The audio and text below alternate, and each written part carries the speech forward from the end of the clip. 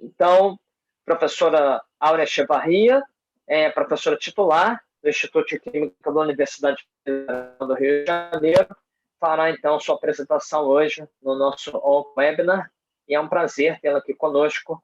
E, professora Áurea, a palavra é sua. Ok, Robson. Vou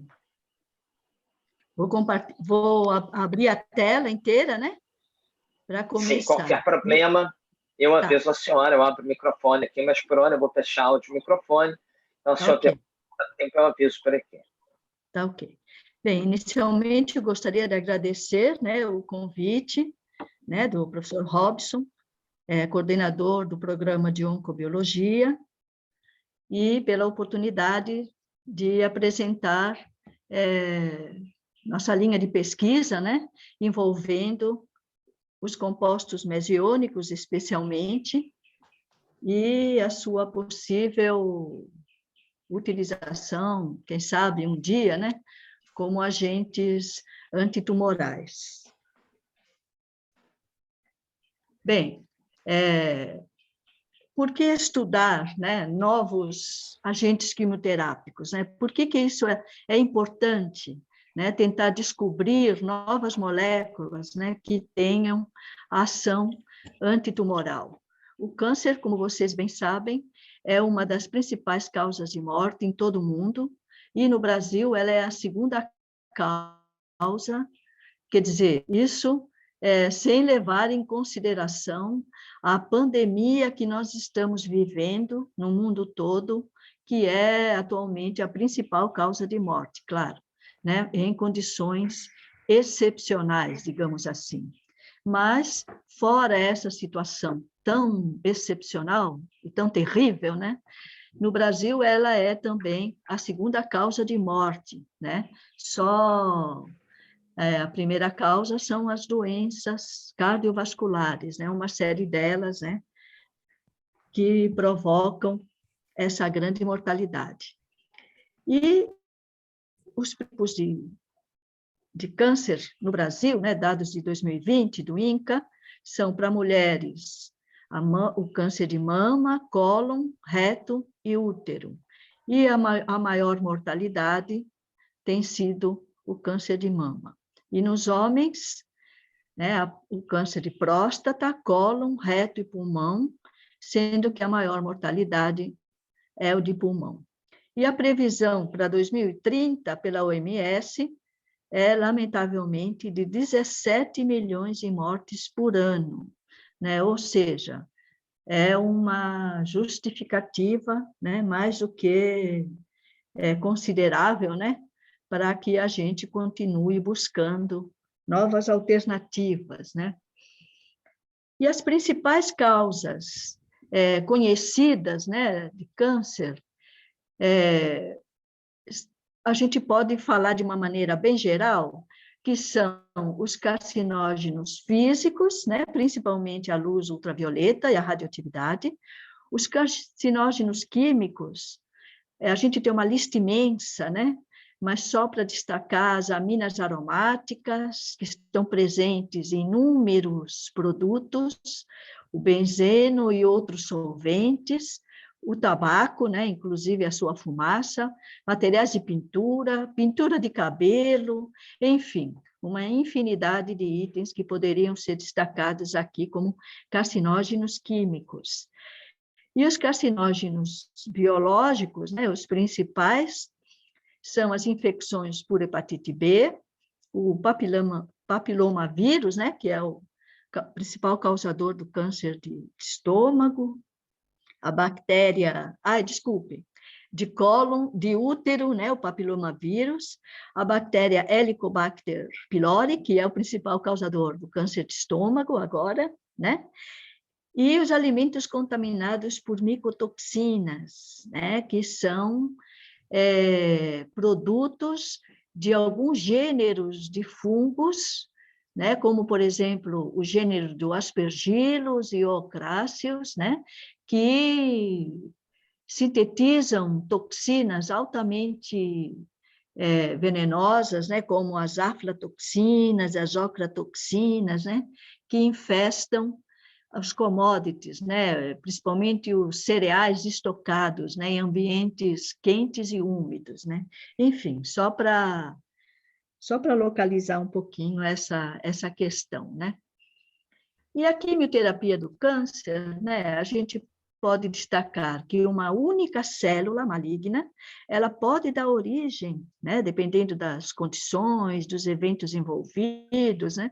A uma quantidade suficiente para matar um hospedeiro, e que é necessário a destruição de todas essas células tumorais.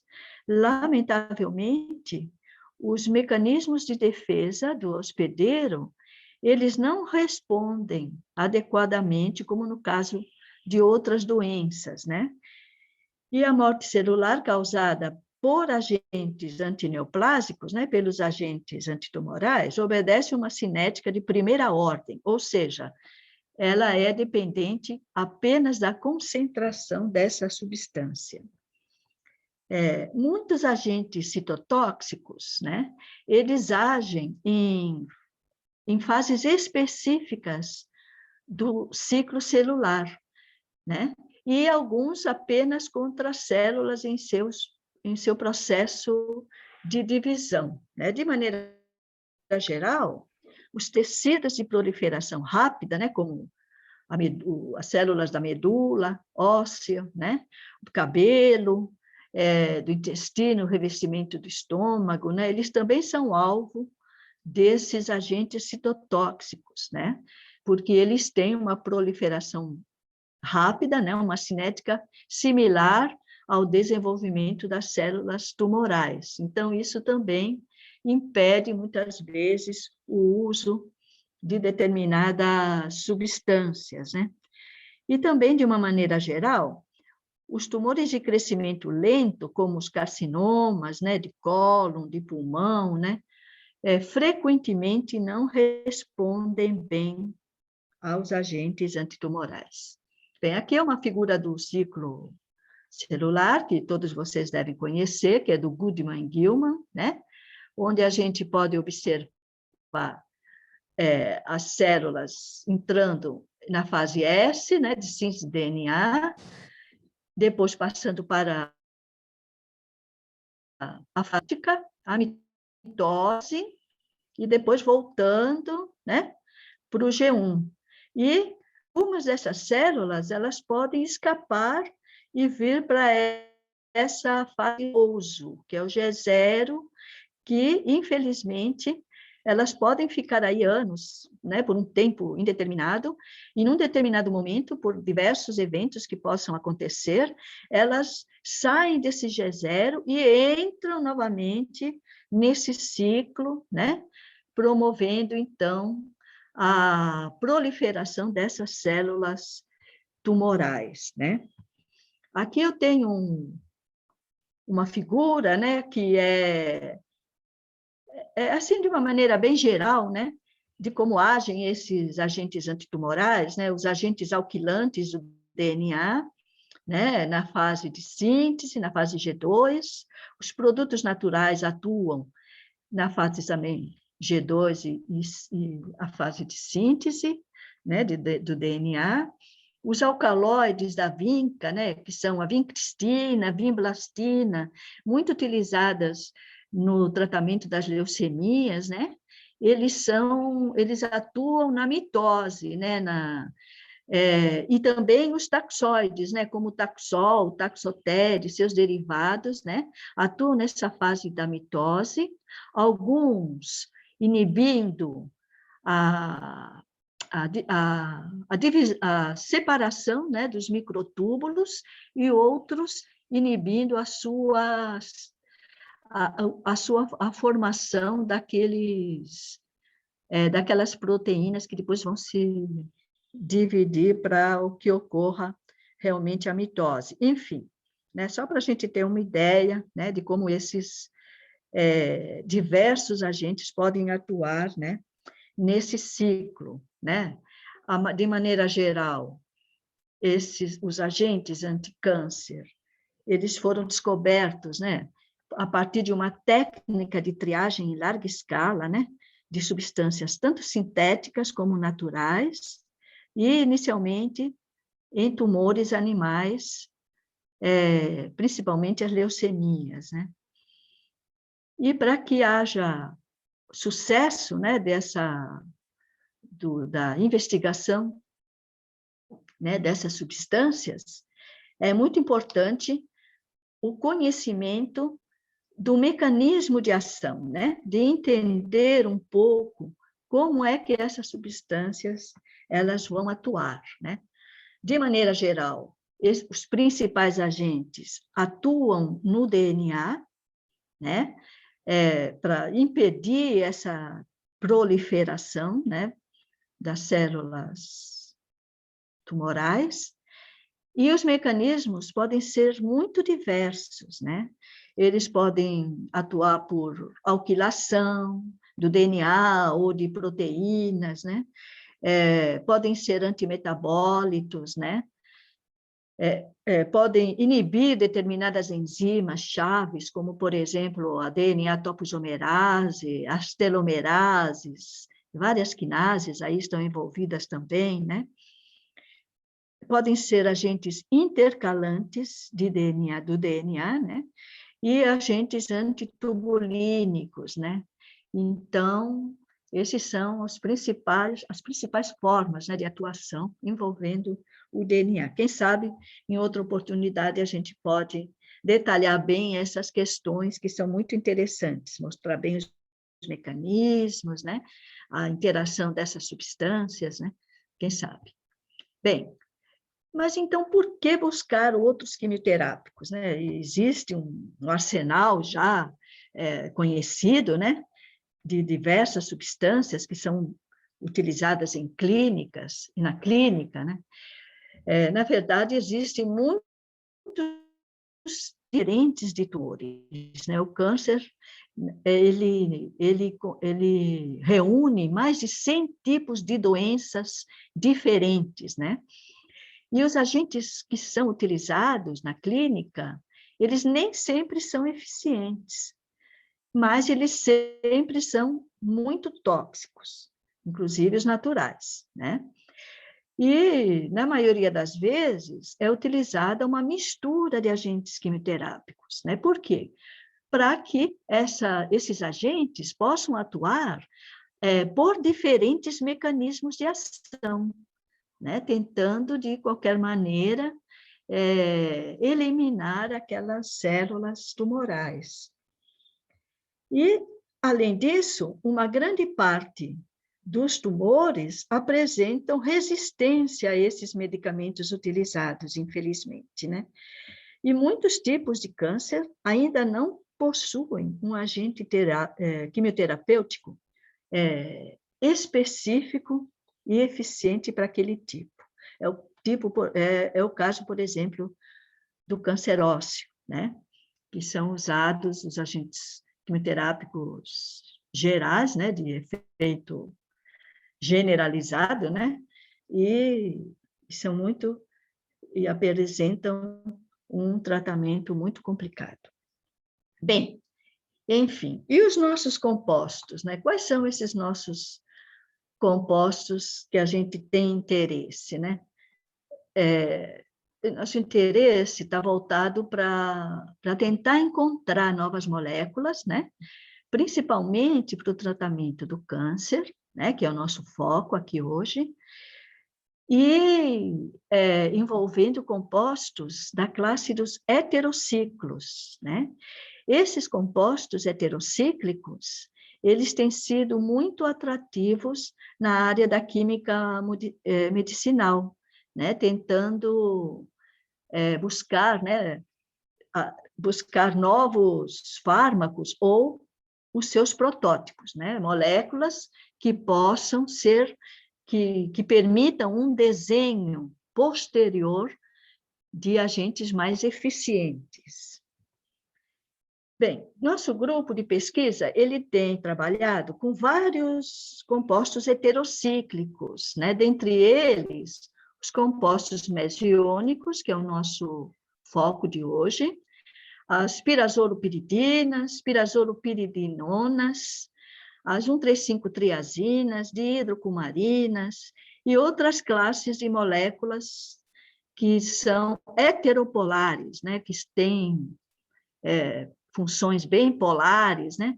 Como, por exemplo, as ureias e tioureias assimétricas, as tiosemicarbazonas, né? As chalconas, iminoxalconas, enfim, várias outras classes, né? Mas hoje a gente vai falar dos compostos mesiônicos. E nosso grupo, ele tem, é importante também destacar, que eu gosto sempre de destacar essa questão, que tem desenvolvido estudos de métodos sintéticos, né? Como somos químicos da área da síntese orgânica ou da modificação estrutural de produtos naturais, através de síntese também, né? Então, temos procurado novas metodologias no âmbito de uma filosofia que tem o nome de química verde ou química limpa, em algumas vezes também é chamada de química limpa, né? E qual é o objetivo dessa química verde? Diminuir o tempo da obtenção dessas moléculas, aumentar os rendimentos, diminuir o número de etapas dessas rotas, a utilização de energias alternativas, né? A eliminação de solventes orgânicos, o que é extremamente importante, e a utilização de suportes sólidos que possam ser recuperáveis, ou seja, sim, estão me ouvindo? Sim, normalmente.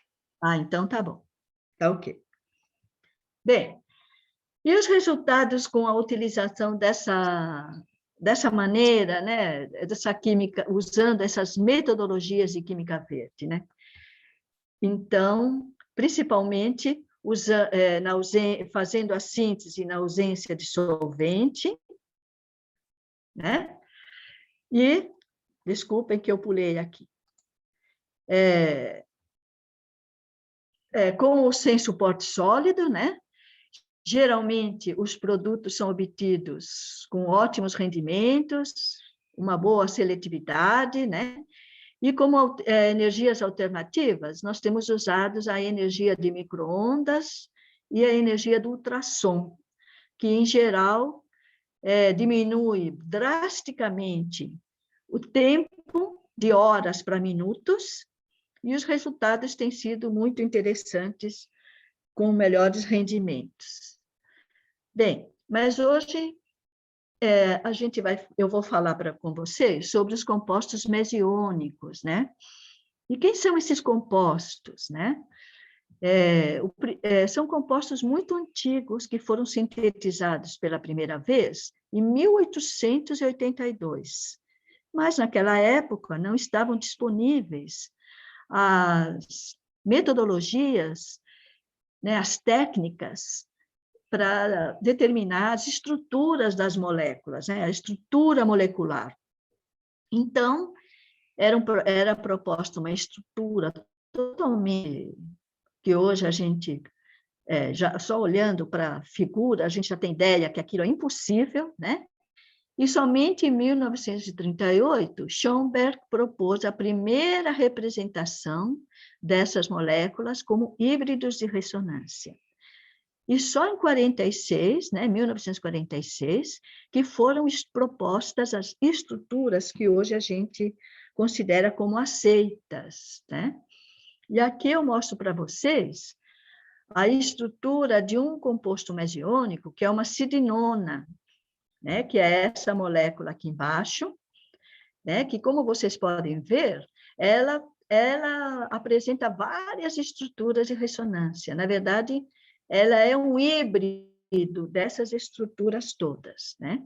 Existem várias definições, né, para esses compostos, mas, de uma maneira geral, a gente pode... Essa é uma das diversas definições que, ao longo dos anos, foram se apresentando.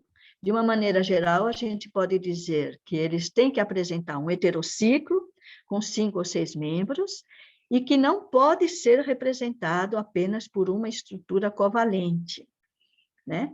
Todos os átomos envolvidos nesse anel, eles devem compartilhar um sexteto de elétrons, π, e apresentam um certo caráter aromático. E o mais interessante é que eles devem conter uma carga positiva no anel heterociclo, e essa carga deve estar balanceada por uma carga negativa fora do anel heterociclo. E isso propicia uma interação muito interessante com as biomoléculas, que, como o DNA, as proteínas, né, as enzimas, né, e isso é uma das possíveis causas da atividade biológica desses compostos. Então, em nosso grupo, essas 3 classes é que têm sido mais estudadas, né? Os chamados tiadiazóleos, a 2 aminidas, os triazóleos tiolatos e as sidinonas, né? Todos têm os nomes terríveis, péssimos, né? Enfim, mas aí eu quero mostrar para vocês, é como se fosse uma linha do tempo dos nossos achados sobre os compostos mesônicos. É isso que eu quero mostrar para vocês hoje, né? Focalizando apenas nos compostos mesônicos. Nossos primeiros estudos, eles foram realizados em colaboração com 3 pesquisadoras do INCA, do Rio de Janeiro, né? Instituto Nacional do Câncer, a doutora Noema Grimberg, a Rosa Maria Gomes e a Toshiko Shinzato, né? As 3 hoje já estão aposentadas, já há vários anos, né? Mas quem sabe alguns de vocês já ouviram falar delas, né? E naquela época, os ensaios, inicialmente, eles eram realizados em vivo, direto nos camundongos, né? E os trabalhos, então, os iniciais, eles foram realizados em camundongos, né, SW e B10A, né, contendo um carcinoma de Ehrlich e o sarcoma 180. E esse tratamento ele foi feito intraperitoneal. E também camundongos, onde foi induzido um tumor B10MC2, né, com hidrocarboneto aromático, que é o metilcolantreno, e esse tratamento foi feito de maneira subcutânea. Os resultados, né, desses ensaios iniciais foram muito interessantes, né? O composto que foi utilizado foi esse aqui, né, esse sal mesiônico, que está aqui do lado. E como é que foi feita a avaliação? Né? Foram feitos tratamentos em vários dias, e o valor de percentual de TC, da sobrevida, né? Não sei se vocês estão lembrados, mas a atividade ela é considerada significativa se esse percentual ele é maior ou igual a 125, que não é muito fácil de ser obtido. E aí, quando nós calculamos esses valores, por carcinoma de Ehrlich, ele foi de 205,1. O sarcoma 180 de 154,4 e para o tumor induzido por metilcolantreno de 189. Esses valores foram muito excepcionais e nós ficamos muito empolgados, né? Ficamos muito interessados em continuar trabalhando com essa classe de compostos, que a gente trabalha até hoje, né? E então isso nos incentivou a trabalhar a sintetizar novas classes, né? E avaliar essa possível atividade. Então, logo depois, né, como vocês podem ver pela data, é bem antigo já, né? Nós preparamos essas sidinonas, agora já na classe das sidinonas, vocês estão vendo aqui, né? Substituídas por esses ruínas, e também foram feitos ensaios em vivo e in vitro. E os resultados também foram muito animadores, né? Para esses compostos aqui substituídos. Desculpe. eu acho que eu pulei eu não coloquei os valores, mas os resultados também foram muito animadores, e isso nos incentivou a preparar uma outra classe de compostos mesiônicos mais lipofílicos, ou seja, que tivessem uma interação mais adequada, né, com as membranas celulares, que pudessem permear essas membranas. Então, começamos a trabalhar com essa classe dos tiadiazóleos, contendo esse grupo, né, esse grupo estirila, que confere a essa molécula uma maior lipofilicidade. E aí, então, nós preparamos esses 4 compostos, né, com diferentes hidrofobicidades, né, e os resultados foram muito interessantes, né? Aqui eu mostro para vocês os resultados dos ensaios in vivo, né, com o sarcoma 180. Como vocês podem ver, os valores de TC para o nitro substituído foi de 208, o percentual, para o MJ, que é hidroxi substituído, 155, né? E para o carcinoma de Ehrlich, também valores muito interessantes, né? De 176 e 135. Então, isso nos mostrou que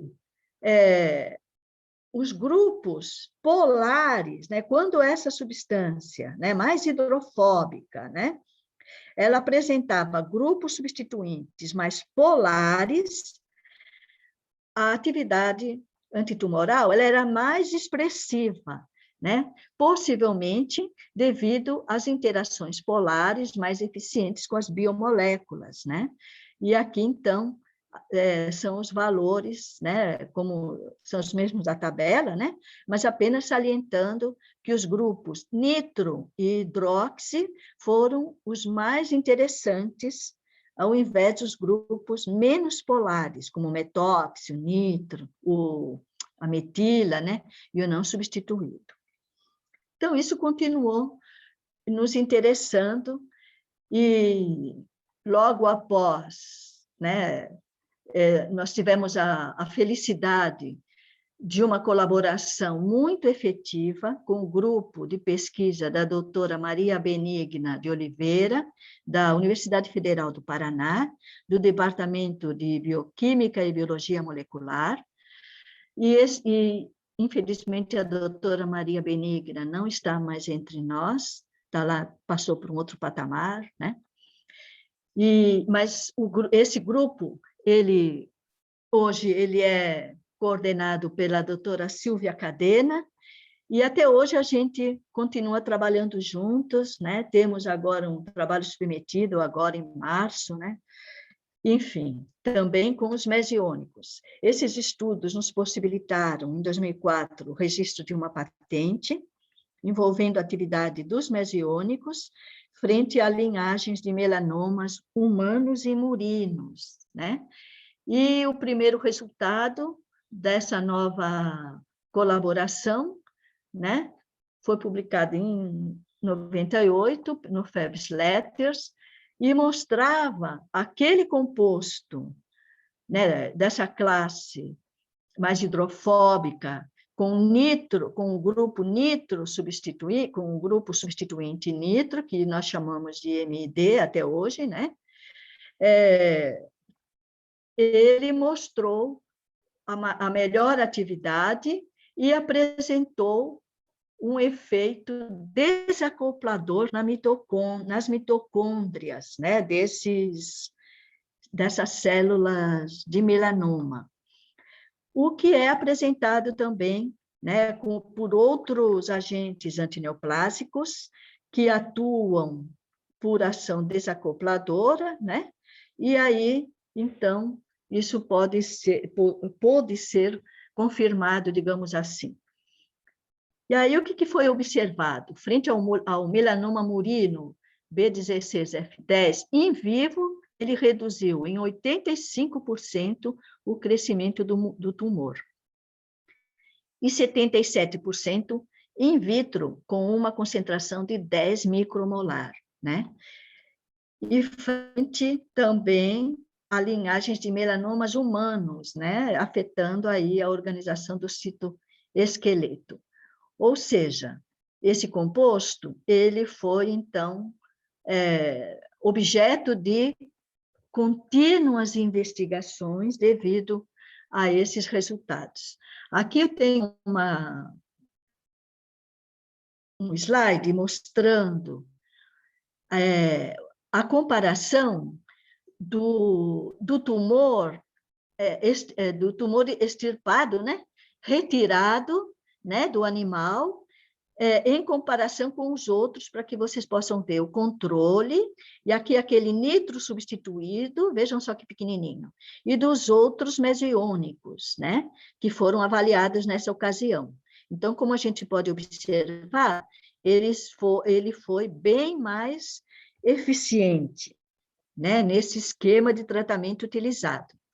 E aqui, em comparação com outros agentes quimioterápicos utilizados e já bem conhecidos para o tratamento de melanomas, como a fotemustine e a decarbazine. Então, como vocês podem observar, aqui o controle, né? E aqui, então, a comparação com esse mesiônico nitro substituído. Vejam bem a diferença, como ela é bem significativa, né? Bem diferente. Enfim, então, esse estudo foi continuado, né? E foi observado uma habilidade desse composto no sequestro de radicais livres, né? Especialmente a capacidade de sequestrar os radicais superperoxila, né, corroborando, então, com esse efeito desacoplador observado anteriormente, né? E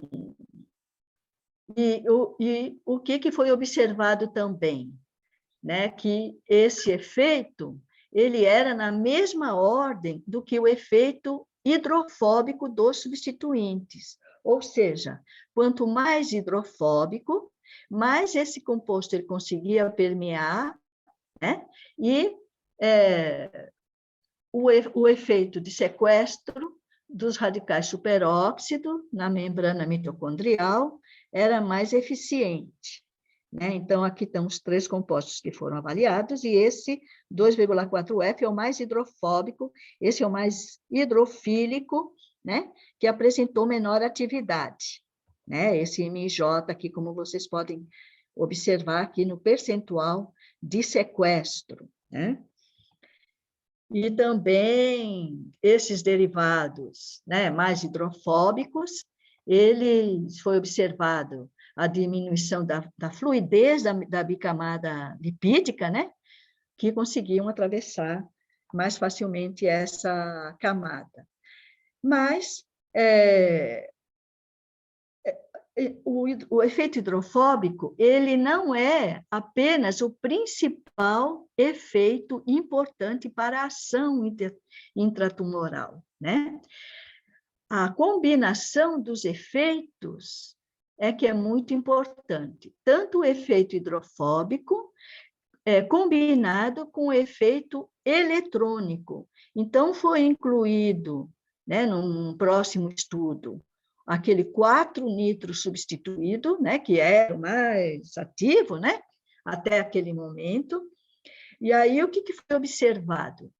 Que, embora o mais hidrofóbico conseguisse permear melhor a membrana, né, o efeito eletrônico ele era também extremamente importante. E, na verdade, os 2 efeitos combinados é que conferem a maior atividade a esses compostos mesiônicos, né? Então, o nitro substituído continuava sendo mais ativo, né? Foi avaliada a sua toxidez, né, aguda, que é muito importante, e a LD50 desse composto ela foi avaliada em 181 miligramas por quilo, o que é 12 vezes maior que a dose que inibe 77% do melanoma in vivo, que é de 25 miligramas por quilo. E uma dose 181 vezes maior que a dose efetiva para o efeito antipirético e anti-inflamatório, que é de 8 miligramas por quilo. Um trabalho não mostrado, porque não é o foco da nossa apresentação, mas ele também foi investigado quanto à ação antipirética e anti-inflamatória, né? Então, mostrando que esse composto, ele é safe, né? Ele não é tóxico, né? Não é tóxico. No início dos nossos trabalhos, eu não mostrei aqui, mas também realizamos análise, hemograma completo dos animais, né? Observação dos principais órgãos, né? Como fígado, coração, baço, e a gente observou que não havia nenhuma modificação significativa, né? Então, realmente, ele tem uma segurança, digamos assim, né? Em sua utilização. Os principais metabólitos foram detectados, né, por espectrometria de massas, no plasma e na urina. Por HPLC também foi detectado o metabólito, né, desse composto, né? E esses compostos, eles eram obtidos por uma rota muito clássica convergente, né? Aqui é muita química, vou passar bem rapidinho, né? Envolvendo várias etapas, né? E etapas que utilizam reagentes muito nocivos, solventes tóxicos. E então, como nós começamos a trabalhar dentro dessa filosofia de tentar evitar os solventes tóxicos, diminuir o tempo de etapas, diminuir o uso de substâncias nocivas ao meio ambiente, né? Pensar em rotas mais sustentáveis, né? Que é muito importante. Então, nós sintetizamos uma série desses mesmos compostos, variando a substituição aqui nesse anel, né? Agora, dentro dessa rota da química verde, onde a gente conseguiu passar de uma rota muito mais extensa, né? Utilizando solventes tóxicos, reagentes também bastante tóxicos, né? E muito tempo. Então, nós passamos a conseguir preparar esses compostos com tempos que a gente chama de extraordinários, com 5 minutos, utilizando irradiação de micro-ondas, né? E economizando etapas.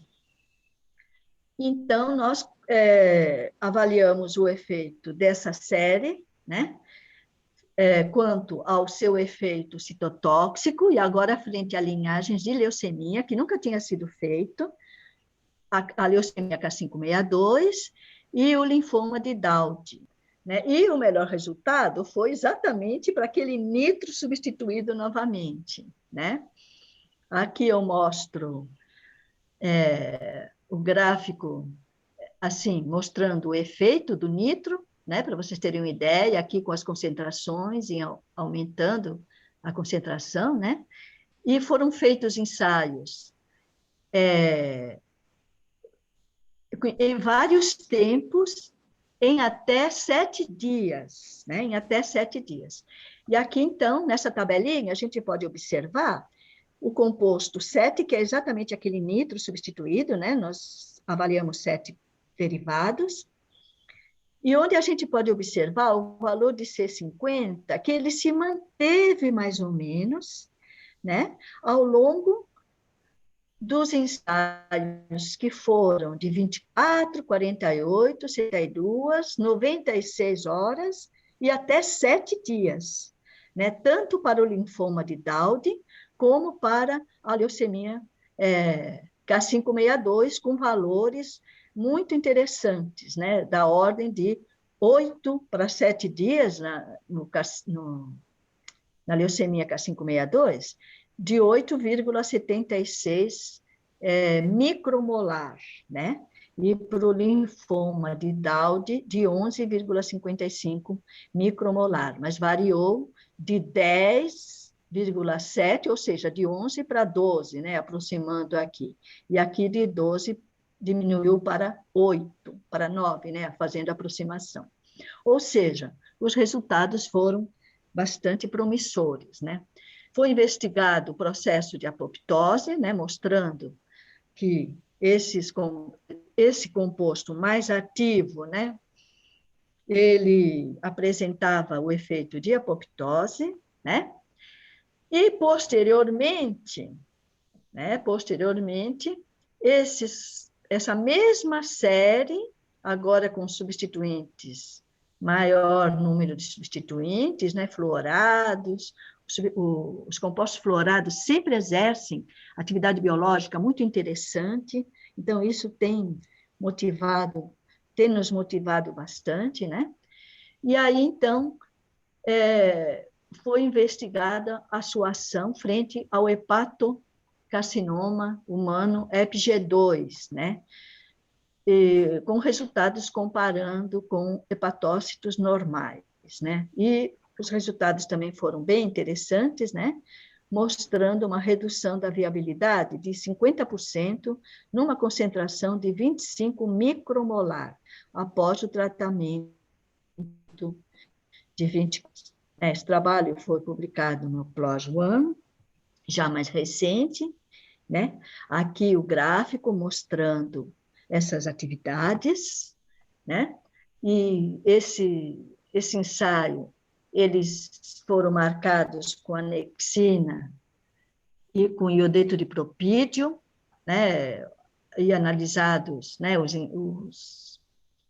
Essas culturas, né? Analisadas por citometria de fluxo. Aqui está escrito os mesiônicos foram marcados, mas não, as culturas. E aí todos os compostos mostraram um aumento, né, das células coradas, né, indicando, então, a sua ação por apoptose.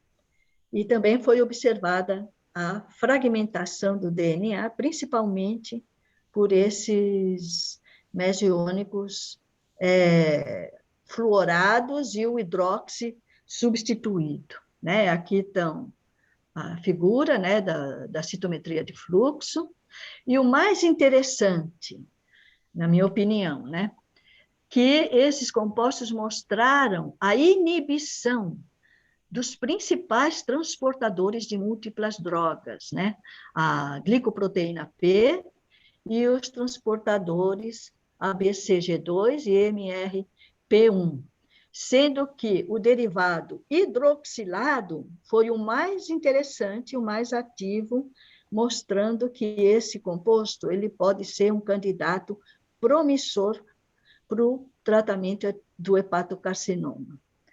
Infelizmente, ele é o mais difícil de ser preparado, mas é o composto que apresentou esses resultados mais interessantes com relação à inibição, né, dessas proteínas transportadoras de múltiplas drogas, né? E aí, esses compostos também foram avaliados com relação aos parâmetros oxidativos nas mitocôndrias de fígado de rato, e todos eles evitaram a oxidação natural e a induzida por cálcio, né, em concentrações baixas, e mostraram que a atividade enzimática da glutationa redutase, da glutationa peroxidase e da catalase não foi afetada, mas a superoxidismutase foi inibida por todos esses derivados, né? E aqui, então, eu mostro a ação daquele óxido substituído mais ativo, né? O que sugere que o efeito antioxidante, que realmente esses derivados exercem um efeito antioxidante em mitocôndria, nas mitocôndrias isoladas, né? Enfim, e agora eu queria mostrar alguns resultados da classe das sidinonas, que a gente também continuou trabalhando e estamos trabalhando no momento atual, né? Com uma série inédita, né? Que ainda a gente não vai mostrar ainda os resultados, né? E devido àquele efeito, lá no início, na década de 90, no final da década de 90, daquela sidinona, 4-cloro, 3-nitro substituída, e seus derivados, né? Então, isso nos estimulou a estudar se essa sidinona ela poderia também exercer um efeito na relação energética, né? Envolvida nas mitocôndrias de rato, de fígado de rato.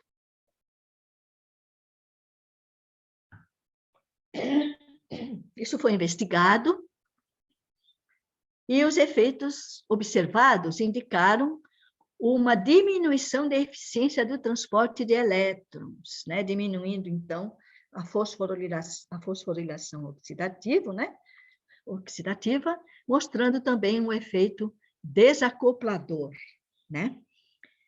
E eu voltei aqui, desculpem, né?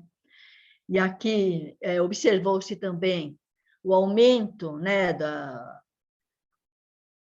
das espécies reativas de oxigênio, né, a indução da permeabilidade da membrana, né, e a morte por apoptose também foi observada nesse estudo, né? Então, os resultados realmente sugerem, todos os resultados aí acumulados, sugeriram que a ação antitumoral dessa sidinona, né, ocorria também devido às suas propriedades antioxidantes, né? Então, essa sidinona, ela também foi avaliada frente a hepatócitos normais, em cultura e em suspensão.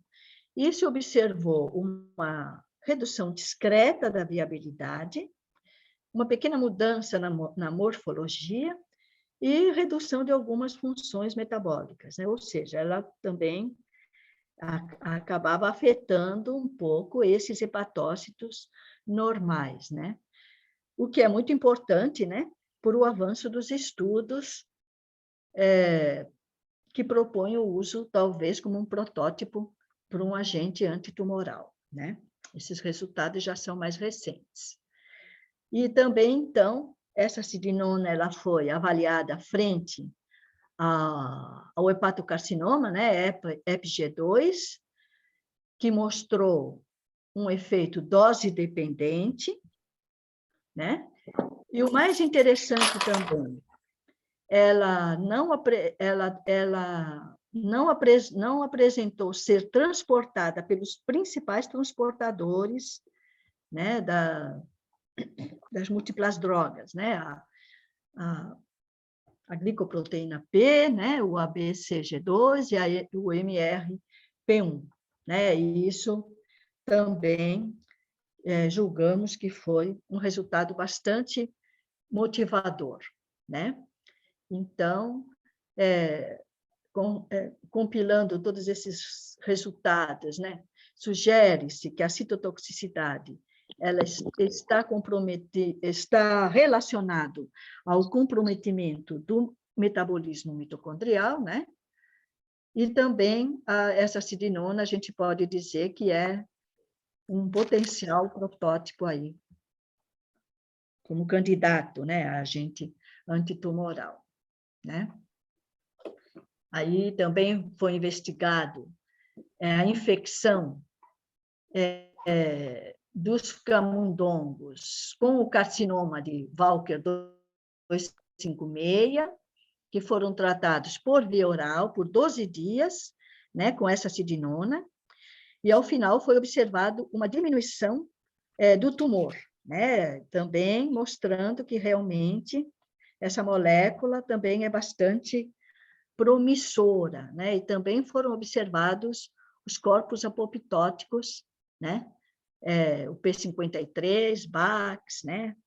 Enfim, e o aumento da caspase e tudo mais, né? Eu vou acelerar aqui um pouquinho. E, finalmente, né, o último trabalho, né, que nós finalizamos e relatamos agora no ano passado, durante essa terrível pandemia, né? Mas nós já vínhamos estudando isso há muito tempo, né? Envolvendo aquela classe dos tiadiazóleo, mas aí qual era a novidade? Né? Porque vocês podem pensar, oh, outra vez essa classe, mas ela é muito promissora e tem muita coisa para ser estudada ainda, né? E nós nunca tínhamos preparado esses compostos com o substituinte nesse anel fora, ligado ao nitrogênio exocíclico. Todos esses nossos resultados são com as moléculas, com os substituintes nesse anel de K. Então, nós queríamos saber, né, a pergunta era, será que se nós substituirmos esse anel, nós vamos obter resultados interessantes, né? Oi, então, tudo bem? E aí, como é que você está? Nós preparamos, então, uma série com esses substituintes nesse outro anel. A rota é bem mais complexa, né? Não vou entrar aqui em detalhes, mas ela foi feita dentro daquela filosofia da química verde, né? Economizando etapas, utilizando energia alternativa, mesmo sendo mais trabalhosa, né? Ela teria a pena, digamos assim. E aí, esse trabalho, ele já é no âmbito do nosso programa de oncobiologia, né? Foi um dos projetos que foi aprovado anteriormente, né? E nós, então, investigamos a ação dessas moléculas frente a linhagens de leucemia T humanas infectadas com vírus HTLV e nas linhagens de essas infectadas, né? MT2 e C91, e também frente às células de leucemia T humanas não infectadas, que é a linhagem Jurkat, e também em linfócitos de sangue periférico humano. E aí, qual foi o resultado? O resultado foi extremamente interessante, né? Muito bom, né? Na nossa opinião, porque eles foram citotóxicos, né? Frente a essas leucemias, especialmente essas infectadas com o vírus HTLV, que nos interessava muito, né? E aqui eu mostro os valores de C50 para vocês verem os valores muito baixos, né? Na ordem, no máximo, né? O valor máximo foi de 7,7 micromolar, ou seja, valores realmente muito interessantes, né? E o mais ativo, então, nós selecionamos um dos compostos que mostrou muita atividade, né? E o mais interessante era esse composto 5B, né? E o mais interessante é que é um composto que, quando esse substituinte, que é o substituinte metox, ele estava no outro lado, naquele outro anel que eu mostrei, aqueles outros resultados todos, ele não era interessante, ele não era o mais ativo, nem mostrava atividade muito significativa. E agora ele foi o mais ativo, né? E ele é mais hidrofóbico, né? Então, como vocês podem observar aqui, né? Esse gráfico mostra que esse composto apresentou um aumento das células em necrose, né? Também resultados iniciais, tanto experimentais como teóricos, por DOC molecular, mostraram uma possível interação né, com o DNA, através de intercalação, né? E também foi realizado um perfil farmacocinético preliminar, que foi realizado através do estudo da interação com a soroalbumina humana, o que foi muito interessante, né, mostrando uma interação mais significativa nesse site 1. E aqui, a interação, teoricamente, também foi estudada a interação com o DNA, mostrando a maior interação com a menor hélice, né? E foi observada uma interação com a albumina espontânea e moderada, da ordem de 10 a 4 molar a menos 1, o que mostrava uma associação no estado fundamental sem perturbar significativamente a estrutura da superfície da albumina, nesse subdomínio que foi onde apresentou maior interação. E esses resultados indicam o quê? Uma provável biodistribuição viável na corrente sanguínea humana, né? E mostrando que uma possibilidade de seu uso como agente antitumoral, né? Bem, espero não ter aborrecido muito vocês com essas informações, né? Eu quero agradecer.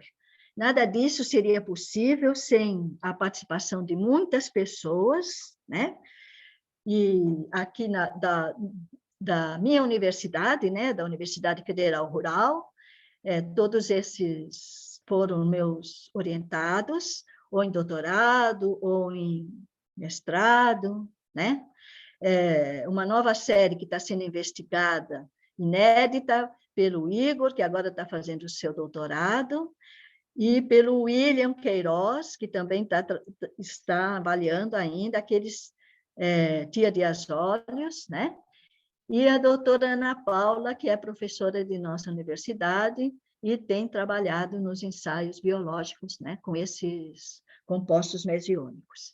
E eu não poderia deixar de agradecer, né, ao grupo da Federal do Paraná, né, a doutora Maria Benigna, né, quando ela esteve entre nós, a doutora Silvia Cadena, que hoje ela é coordenadora do grupo, a doutora Gláucia Martínez, doutora Eliane Merlin e a doutora Guilhermina Nolato. E da UFRJ, a doutora Juliana Echevarria Lima e a doutora Rojane de Oliveira Paiva, que realizou um pós-doutorado na UFRJ. E também ao CNPq, a CAPES, FAPERJ, e principalmente a Fundação do Câncer, através do programa de oncobiologia, que tem nos apoiado, né? E tem apostado nesses nossos trabalhos envolvendo essas moléculas maravilhosas, né? Na minha opinião. Esse é o portal lá do Instituto de Química, né? Para vocês terem uma ideia, tá certo? E muito obrigada pela paciência, né? E pelo convite. Estou à disposição aqui.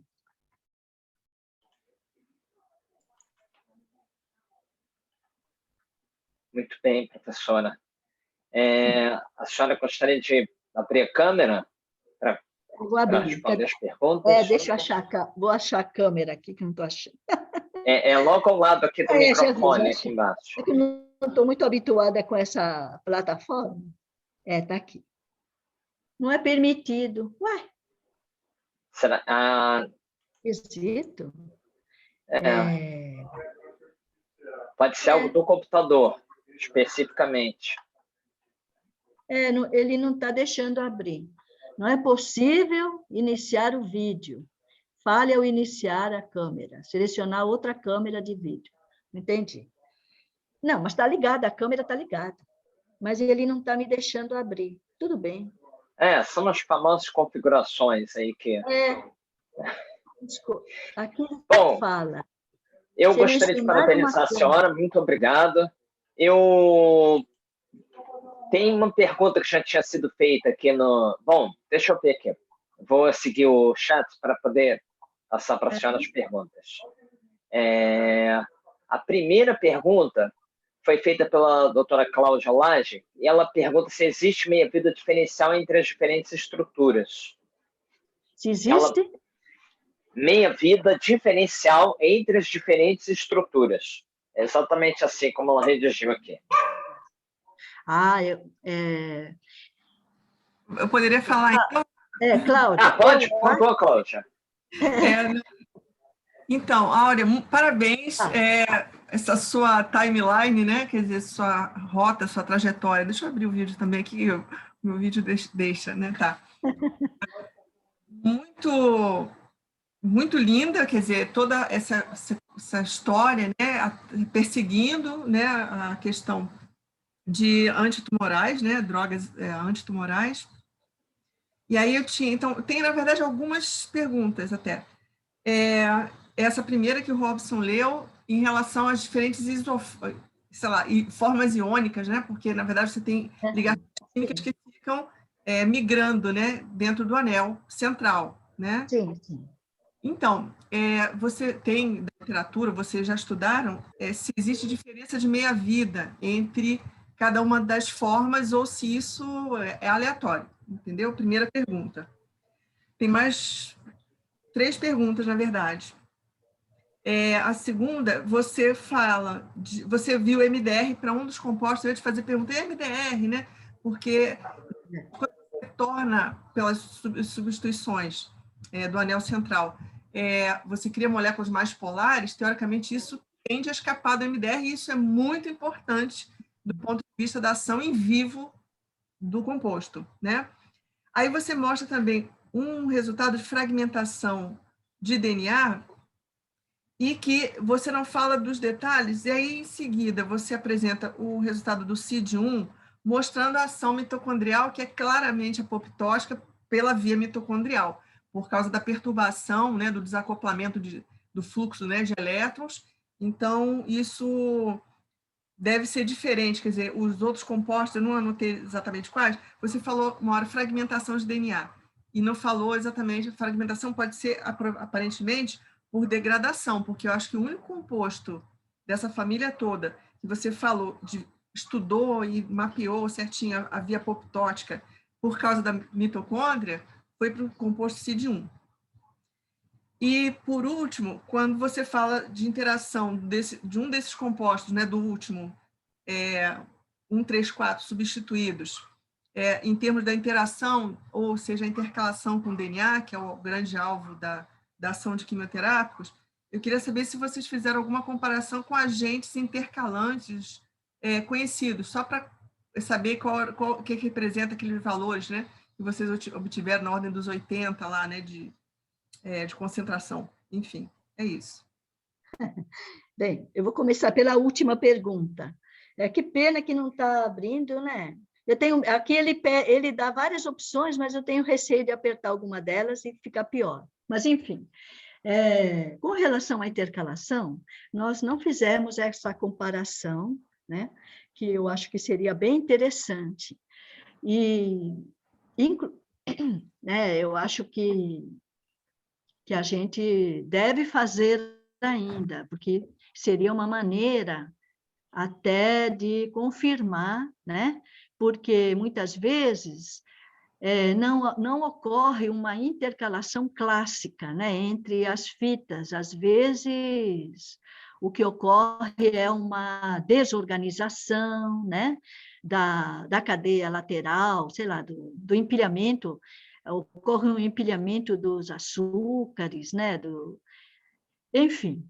Aí seria interessante realmente essa comparação. Nós não fizemos. No passado, ainda lá no INCA, a gente fez uns experimentos de incorporação de timidina marcada. E aí a gente observava, né? A gente observava que não havia síntese de DNA. Não sei, mas a gente, eu acho que nem chegamos a relatar isso na literatura, mas a gente fez esses ensaios, bem lá no início, né? da investigação, né, com esses compostos, né? Com relação aquelas que você falou assim, isoformas, tal, na verdade, esses compostos, eles ocorrem como híbridos, né? E sempre uma daquelas estruturas de ressonância, ela é mais importante nesse equilíbrio. É como se existisse um equilíbrio entre as formas, né? A gente tem ideia qual é a mais significativa, sim. E foram observados metabólitos, né, da metabolização desse do 1,3,4-diaziazol. Uhum. E aí ele conservava aquela parte central, ele conservava o heterociclo propriamente, né? E aí mostrando uma daquelas estruturas mais significativas no equilíbrio. Né? Então, eu acho que pode ser que aquela seja a mais atuante, né? Pode ser, né? E ela tem a carga positiva no nitrogênio e a carga negativa fora, né? E uma coisa que eu não mencionei, né? Esses ensaios, esses compostos, eles são muito coloridos. Eles vão do laranja até o amarelo bem intenso. E eles são obtidos na forma de sais, como cloridratos, né? Vocês devem ter observado que sempre tem aquele cloreto lá, né? E aí, quando é feito o ensaio, no pH do meio biológico, né? Em 7,4, 7,2, né? Ele perde aquele hidrogênio e ele deixa de ser cloridrato. E a gente observa isso a olho nu, porque ele muda de cor, né? Ele muda de cor. Esse MED, que é o mais ativo, ele é laranja. E aí, no meio, ele fica roxo. Então, a gente consegue observar realmente que foi formado, né? E que ele perdeu aquele hidrogênio na cadeia lateral, né? Com relação à questão da apoptose, né? A fragmentação, né? Do DNA. Eu não saberia te dizer agora as diferenças, sinceramente, né? Pode ter sido a degradação realmente, né? E aí, então, são observadas né? São observadas aquelas linhas de fragmentação, né? Mas está aí à disposição para vocês investigarem. Não, e a nossa conversa em relação a agregar radiação em ação radiosensibilizadora para incrementar o efeito letal, diminuindo doses de radiação, né? Então... a pandemia nos impediu, né, de realizar esses ensaios, né, Cláudia? Que a gente tinha proposto. Nós tínhamos nos proposto a fazer isso. Tá bom. Muito obrigada, tá? Obrigada, Robson. Obrigada a todos. Parabéns, Áurea.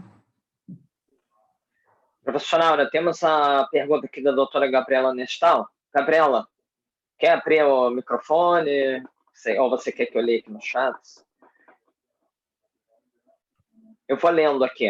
Ela pergunta assim, com dados tão promissores de biodisponibilidade e toxicidade seletiva, existe algum composto mesoiônico em ensaios clínicos para câncer e outras doenças? Que eu saiba, não, no momento, né? Eu sei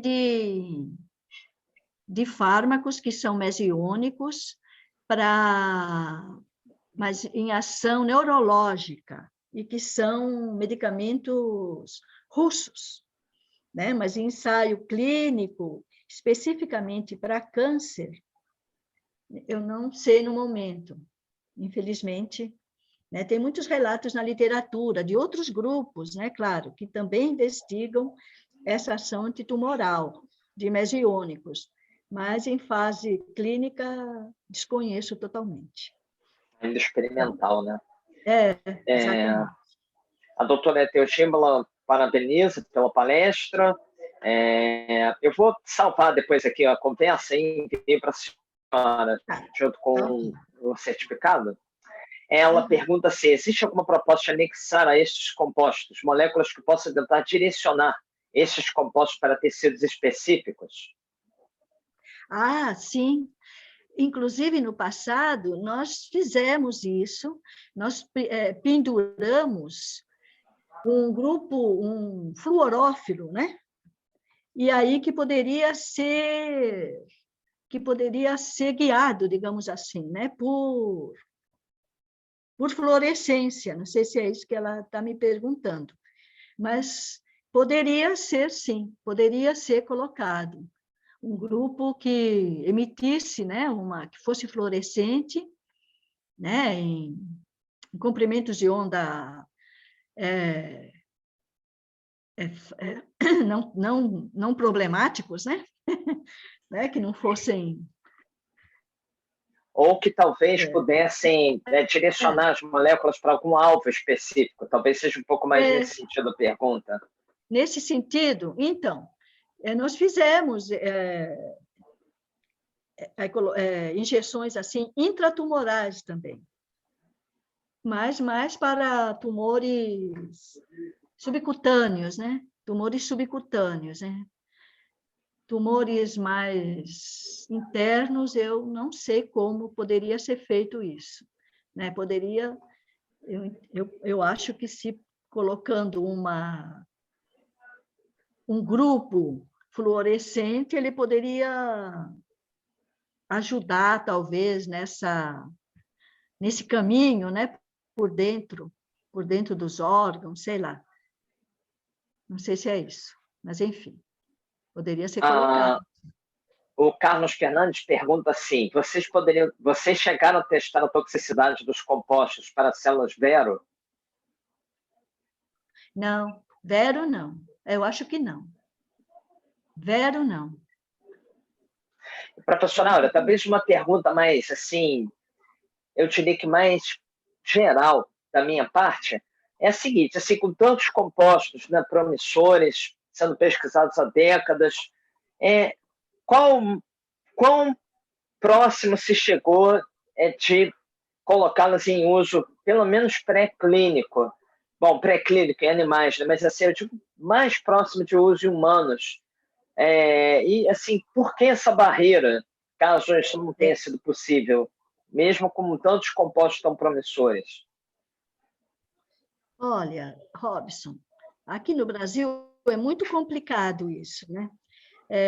Inclusive, nós tivemos a busca, né, por grupos estrangeiros interessados nos compostos que queriam levar, né, para fazerem os ensaios, principalmente nos Estados Unidos, tal. E foi aí que a gente resolveu fazer a patente, né, para tentar proteger e tentar alguma coisa mais assim efetiva no Brasil, mas é muito complicado isso, né? Então, mas o que a gente chegou mais próximo foi exatamente para o tratamento de melanoma, né? De melanomas, que despertou o interesse desses grupos que nos procuraram e vieram ao Brasil. E também a gente chegou aí aos Estados Unidos para discutir e tal, né? Mas depois a gente acabou retrocedendo, né? Acabamos não indo por essa via, digamos assim, né? Ainda havia muita coisa para ser investigada, né? Era bem no início, né? E ainda a gente não tinha tantos resultados, né? E isso também provavelmente fez com que a gente não fosse adiante, né? Mas é muito complicado aqui no Brasil, né? Nós não temos uma indústria farmacêutica nacional, né, que tenha esse cacife, né, digamos, né? E a avaliação dos testes já para pré-clínico, nessa fase, eles são caríssimos, né? E a gente nunca teve recursos suficientes para investir, infelizmente, né? Lamentavelmente. Muito bem. Professora Áurea, Eu gostaria de agradecer mais uma vez. Eu acho que não temos perguntas adicionais aqui. Eu salvei aqui a conversa, então eu envio para a senhora mais tarde.